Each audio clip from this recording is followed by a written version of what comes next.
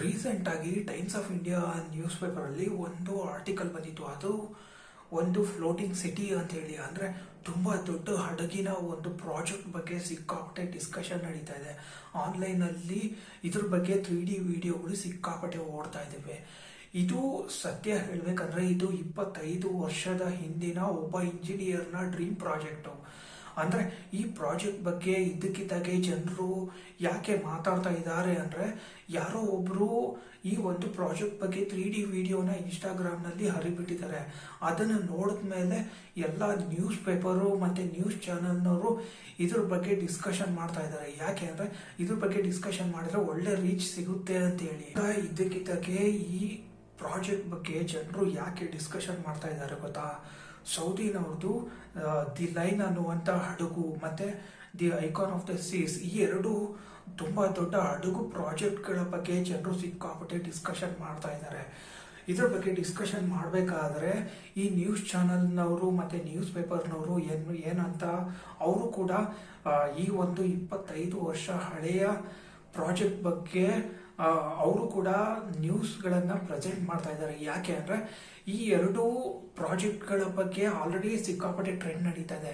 Trend ನಡೆಯುವಾಗ ಅವರು ನಮ್ಗೆ ಇದಕ್ಕಿಂತ ತುಂಬಾ ದೊಡ್ಡ ಪ್ರಾಜೆಕ್ಟ್ ಬಗ್ಗೆ ಡೀಟೇಲ್ಸ್ ಇದೆ ಅಂತ ಹೇಳಿ ಈ ಪ್ರಾಜೆಕ್ಟ್ ಬಗ್ಗೆ ಡಿಸ್ಕಷನ್ ಮಾಡಿ ಈ ಟ್ರೆಂಡ್ ನಲ್ಲಿ ಇದನ್ನು ಕೂಡ ತಗೊಂಡ್ಬಂದಿದ್ದಾರೆ.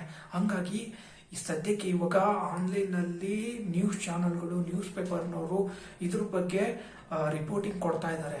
ಅದು ಈ ಫ್ಲೋಟಿಂಗ್ ಸಿಟಿ ಅನ್ನೋದು ಆ ಎರಡು ಹೊಸ ಪ್ರಾಜೆಕ್ಟ್ಗಳಿದಾವಲ್ವಾ ಅದಕ್ಕಿಂತ ತುಂಬಾ ದೊಡ್ಡ ಪ್ರಾಜೆಕ್ಟ್. ಈ ಪ್ರಾಜೆಕ್ಟ್ ಅಲ್ಲಿ ಒಂದು ಸಿಟಿ, ಒಂದು ಹಳ್ಳಿ, ಈ ಒಂದು ಹಡಗಿನಲ್ಲಿ ಸ್ಕೂಲ್ ಕಾಲೇಜ್ಗಳು, ಒಂದು ದೊಡ್ಡ ಸ್ಟೇಡಿಯಂಗಳು, ಇದರಲ್ಲಿ ಸಾವಿರಾರು ಜನರು ಇರುವಂತ ಒಂದು ಡ್ರೀಮ್ ಪ್ರಾಜೆಕ್ಟ್ ಆಗಿರೋದ್ರಿಂದ ಇದ್ರ ಬಗ್ಗೆ ಸಿಕ್ಕಾಪಟ್ಟೆ ಡಿಸ್ಕಷನ್ ನಡೀತಾ ಇದೆ. ಒಂದು ತೇಲುವ ನಗರ ಅನ್ನುವಂತ ಈ ದೊಡ್ಡ ಶಿಪ್ ನ ಪ್ರಾಜೆಕ್ಟ್ ಸ್ಟಾರ್ಟ್ ಮಾಡಿದ್ದು 1999ರಲ್ಲಿ.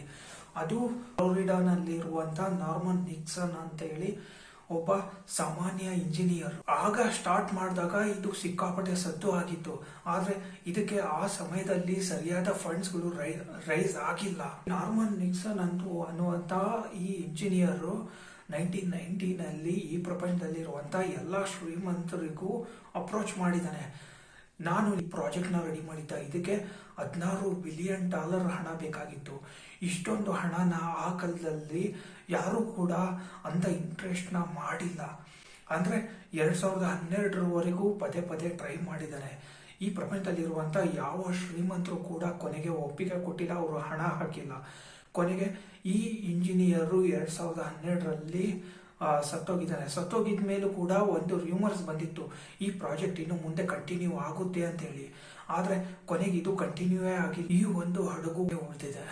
ಈ 1.6 ಕಿಲೋಮೀಟರ್ ಉದ್ದದ ಹಡಗಿನಲ್ಲಿ 80,000 ಜನ ಇರುವಂತ ಜಾಗ ಮಾಡುವಂತ ಇದು ಪ್ರಾಜೆಕ್ಟ್ ಆಗಿತ್ತು. ಅಂದ್ರೆ ಡ್ರೀಮ್ ಪ್ರಾಜೆಕ್ಟ್ ಆಗಿತ್ತು. ಇದರಲ್ಲಿ ಕಾಯಂ ಆಗಿ ಅಂದ್ರೆ ಜೀವನ ಪೂರ್ತಿ 50,000 ಜನರು ಜೀವನ ಮಾಡುವಂತ ದೊಡ್ಡ ಸ್ಪೇಸ್ ಆಗಿತ್ತಂತೆ. ಅದರಲ್ಲೇ ಮನೆ, ಅದರಲ್ಲೇ ಅಪಾರ್ಟ್ಮೆಂಟ್ಗಳು, ಅದರಲ್ಲೇ ಶಾಪಿಂಗ್ ಮಾಲ್ಗಳು, ಅಂಗಡಿಗಳು, ಸ್ಟೇಡಿಯಂಗಳು, ಹಾಸ್ಪಿಟಲ್ಗಳು, ಎಲ್ಲದು ಒಂದು ತರ ಕಂಪ್ಲೀಟ್ ಸಿಟಿ ತರ ಮಾಡ್ಬೇಕು ಅಂತ ಪ್ಲಾನ್ ಮಾಡಿದಂತೆ. ಇದು ಹಡಗು ಬೈಚಾನ್ಸ್ ಏನಾದ್ರು ರೆಡಿ ಆಗಿದ್ರೆ ಇದು ಎಷ್ಟು ಅದ್ಭುತವಾಗಿ ಇರೋದು ಅಂದ್ರೆ, ಇದರಲ್ಲಿ 15,000 ಜನ ಕೂತ್ಬಿಟ್ಟು ಸ್ಟೇಡಿಯಂ ನಲ್ಲಿ ಮ್ಯಾಚ್ ನೋಡೋ ತರ ಸ್ಟೇಡಿಯಂಗಳು ರೆಡಿ ಮಾಡಿದ್ರು. ರೆಸ್ಟೋರೆಂಟ್ಗಳು ಇತ್ತು, ಹೋಟೆಲ್ಗಳು ಇತ್ತು, ಕ್ಲಬ್ಗಳು ಇತ್ತು. ಅಂದ್ರೆ ಒಬ್ಬ ಸಾಮಾನ್ಯ ಮನುಷ್ಯನ ಜೀವನ ಏನೇನಿರುತ್ತೋ ಆ ಎಲ್ಲದನ್ನು ರೆಡಿ ಮಾಡಿದ್ದ. ಈ ಒಂದು ಹಡಗು ನಲ್ಲಿ ನಿಲ್ಲೋದಕ್ಕೆ ಅವಕಾಶ ಸಿಗ್ತಾ ಇರಲಿಲ್ಲ. ಯಾಕೆ ಅಂದ್ರೆ ಇದು ಹಡಗು ತುಂಬಾ ದೊಡ್ಡದಾಗಿತ್ತು. ಬಂದು ಪಾರ್ಕ್ ಮಾಡಿದ್ರೆ ಬೇರೆ ಹಡಗುಗಳಿಗೆ ಹೋಗೋದಿಕ್ಕೆ ಬರೋದಿಕ್ಕೆ ದಾರಿ ಸಿಗ್ತಾ ಇರಲಿಲ್ಲ.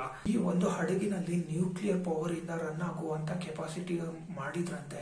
ಅಂದ್ರೆ ಈ ಹಡಗು ಒಂದು ಕಡೆ ನಿಲ್ತಾ ಇರಲಿಲ್ಲ. ಈ ಪ್ರಪಂಚದಲ್ಲಿರುವಂತ ಮೂಲೆ ಜಾಗಗಳಿಗೆ ಯಾವಾಗ್ಲೂ ತಿರುಗಾಡುವಂತ ಒಂದು ಸಿಟಿ ತರ ಇತ್ತು. ಅಂದ್ರೆ ಫ್ಲೋಟಿಂಗ್ ಸಿಟಿ ತರ.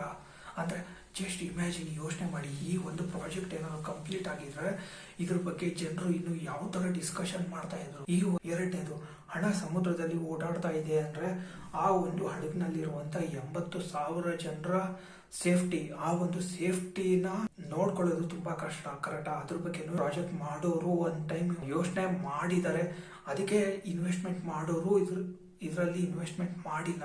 ಕೊನೆಯದಾಗಿ ಈ ಹಡಗನ್ನ ಪಾರ್ಕ್ ಮಾಡೋದಕ್ಕೆ ಅಂತ ದೊಡ್ಡ ಬಂದರು ಈ ಪ್ರಪಂಚದಲ್ಲಿ ಯಾವುದೂ ಇಲ್ಲ. ಹಂಗಾಗಿ ಈ ಒಂದು ಹಡಗಿನಲ್ಲಿ ಯಾರಾದ್ರೂ ಬರ್ಬೇಕಾದ್ರೆ ಅವರು ಬೇರೆ ದೋಣಿನಲ್ಲಿ ಬರಬೇಕು ಅಥವಾ ಹೆಲಿಕಾಪ್ಟರ್ನಲ್ಲಿ ಬರಬೇಕು. ಈ ಹಡಗು ಸಮುದ್ರದಲ್ಲಿ ಹೋಗ್ಬೇಕಾದ್ರೆ ಅಲೆಗಳು ಬಂದು ಮುಳುಗೋದ್ರೆ ಅಷ್ಟೊಂದು ಜನರನ್ನ ಸೇವ್ ಮಾಡೋದು ತುಂಬಾ ಕಷ್ಟ ಆಗುತ್ತಲ್ವಾ. ಹಂಗಾಗಿ ಈ ಒಂದು ಡ್ರೀಮ್ ಪ್ರಾಜೆಕ್ಟು ಸದ್ಯಕ್ಕೆ ಫ್ಲೋಟಿಂಗ್ ಸಿಟಿ ಅನ್ನುವಂಥ ಕಾನ್ಸೆಪ್ಟ್ ಆಗೇ ಉಳಿದಿದೆ.